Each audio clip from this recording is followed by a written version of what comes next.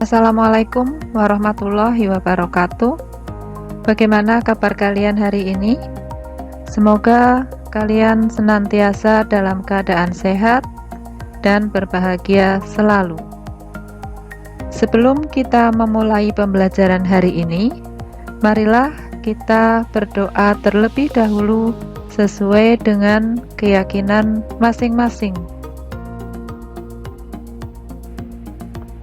Hari ini kita masih membahas bab 6, materi yang C, bagian kedua dan bagian ketiga, yaitu perjuangan mempertahankan Negara Kesatuan Republik Indonesia melalui jalur diplomasi dan ancaman terhadap Negara Kesatuan Republik Indonesia.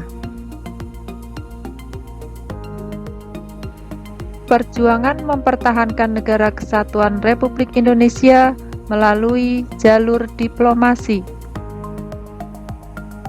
Selain melalui perjuangan fisik, para pahlawan bangsa juga berjuang melalui jalur diplomasi atau perundingan.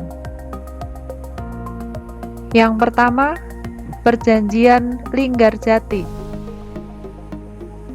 Perundingan Linggarjati adalah perundingan antara Indonesia dan Belanda yang dilaksanakan di Linggarjati, Jawa Barat pada tanggal 10 sampai 15 November 1946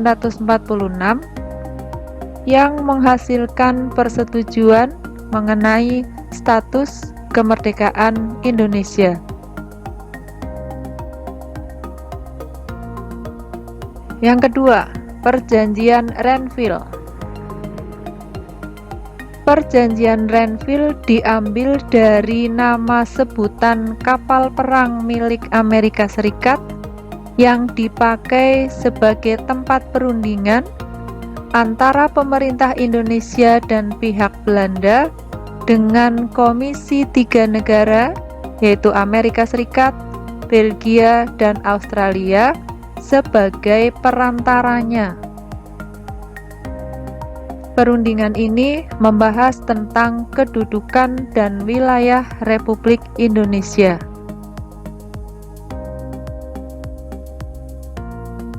Yang ketiga, Perundingan Rumroyen. Dalam Perundingan Rumroyen, pihak Republik Indonesia menghendaki pengembalian pemerintahan Republik Indonesia ke Yogyakarta. Sedangkan pihak Belanda menuntut agar perang gerilya dihentikan oleh rakyat Indonesia. Akhirnya, pada tanggal 7 Mei 1949 berhasil dicapai persetujuan antara Belanda dengan Indonesia.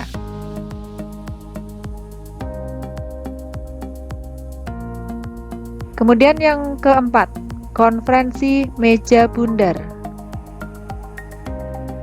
Konferensi Meja Bundar berlangsung di Den Haag, berhasil mengakhiri konfrontasi fisik antara Indonesia dengan Belanda.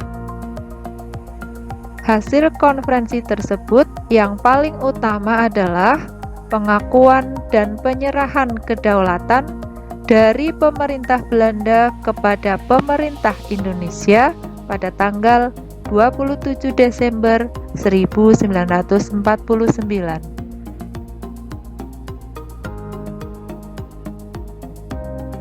Adanya perjuangan melalui perundingan membuktikan bahwa bangsa Indonesia adalah bangsa yang cinta damai, tidak mengutamakan kekerasan dalam menyelesaikan persoalan, mengutamakan persatuan dan kesatuan, dan juga mengutamakan musyawarah mufakat. Hal ini sesuai dengan budaya bangsa Indonesia yang tercermin dalam ideologi Pancasila.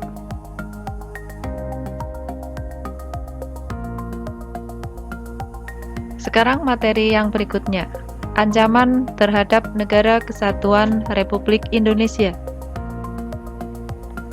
Ancaman adalah setiap usaha dan kegiatan, baik dari dalam negeri maupun luar negeri, yang dinilai membahayakan kedaulatan negara, keutuhan wilayah negara, dan keselamatan segenap bangsa. Ancaman terhadap bangsa dan negara Indonesia ada dua macam, yaitu ancaman militer dan ancaman non-militer. Baik, sekarang kita bedakan ancaman militer dan ancaman non-militer.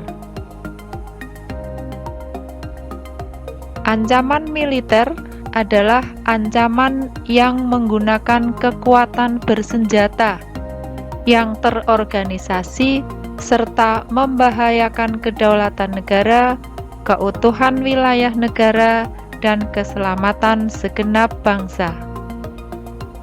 Sedangkan ancaman non-militer tidak bersifat fisik serta bentuknya tidak terlihat. Ancaman militer misalnya berbentuk agresi, pelanggaran wilayah, spionase, sabotase, aksi teror bersenjata, pemberontakan, perang saudara. Sedangkan ancaman non-militer berbentuk ancaman terhadap ideologi, politik, ekonomi, sosial budaya, serta pertahanan dan keamanan.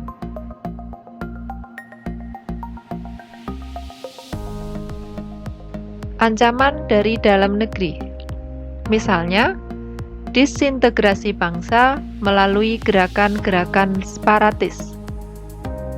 Yang kedua, keresahan sosial akibat kesenjangan ekonomi dan ketimpangan kebijakan ekonomi, serta pelanggaran hak asasi manusia. Adanya upaya penggantian ideologi Pancasila dengan ideologi lain. Kemudian yang D, makar atau penggulingan pemerintah yang sah dan konstitusional. Munculnya pemikiran memperluas daerah otonomi khusus tanpa alasan yang jelas. Kemudian yang berikutnya, pemaksaan kehendak golongan tertentu. Yang G, potensi konflik antar kelompok atau golongan.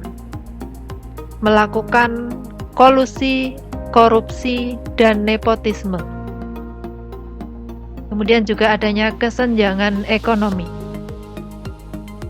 Yang terakhir, penyalahgunaan narkoba, pornografi, porno aksi, pergaulan bebas, dan juga tawuran. Selain ancaman tersebut, ada juga ancaman lain, yaitu cara pengambilan keputusan dengan suara terbanyak. Cara ini sering menimbulkan rasa tidak puas bagi pihak yang kalah, sehingga mereka dapat melakukan tindak kekerasan atau pemaksaan kehendak.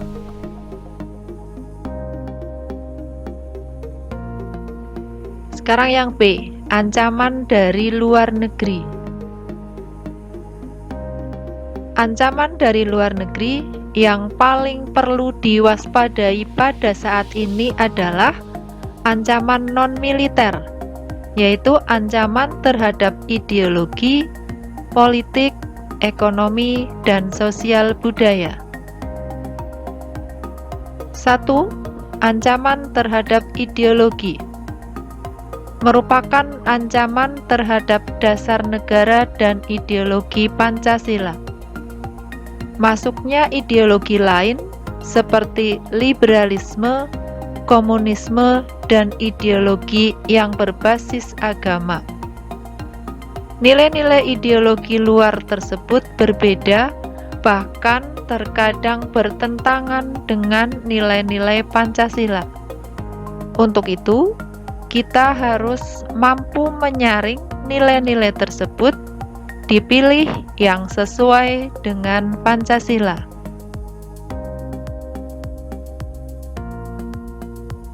Yang kedua, ancaman terhadap politik. ditunjukkan dengan campurnya negara lain dalam urusan dalam negeri Indonesia, seperti masalah hak asasi manusia, masalah hukum, dan juga masalah pemilihan umum.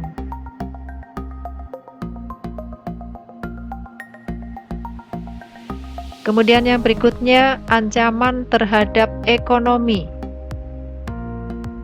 Semakin bebasnya berbagai produk luar negeri yang masuk ke Indonesia, menjamurnya restoran, investasi asing, dan perusahaan asing dapat menjadi ancaman ekonomi nasional. Sikap yang lebih menyukai produksi luar negeri hanya karena gengsi merupakan bentuk baru penjajahan bidang ekonomi.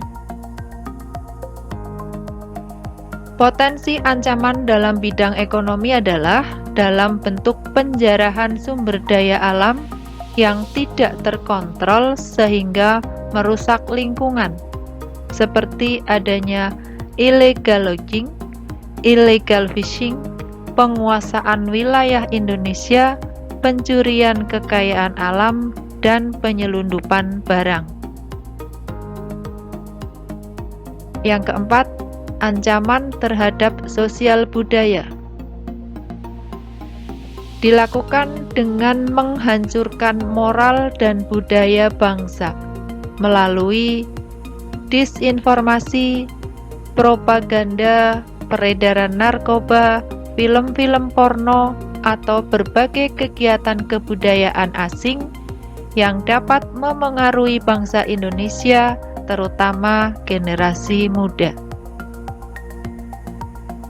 Kemudian yang kelima, ancaman terhadap pertahanan dan keamanan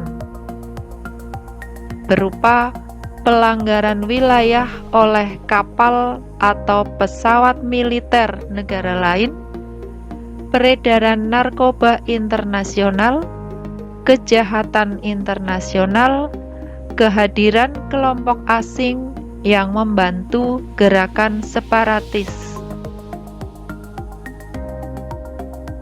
Demikian materi kita hari ini. Terima kasih. Assalamualaikum warahmatullahi wabarakatuh.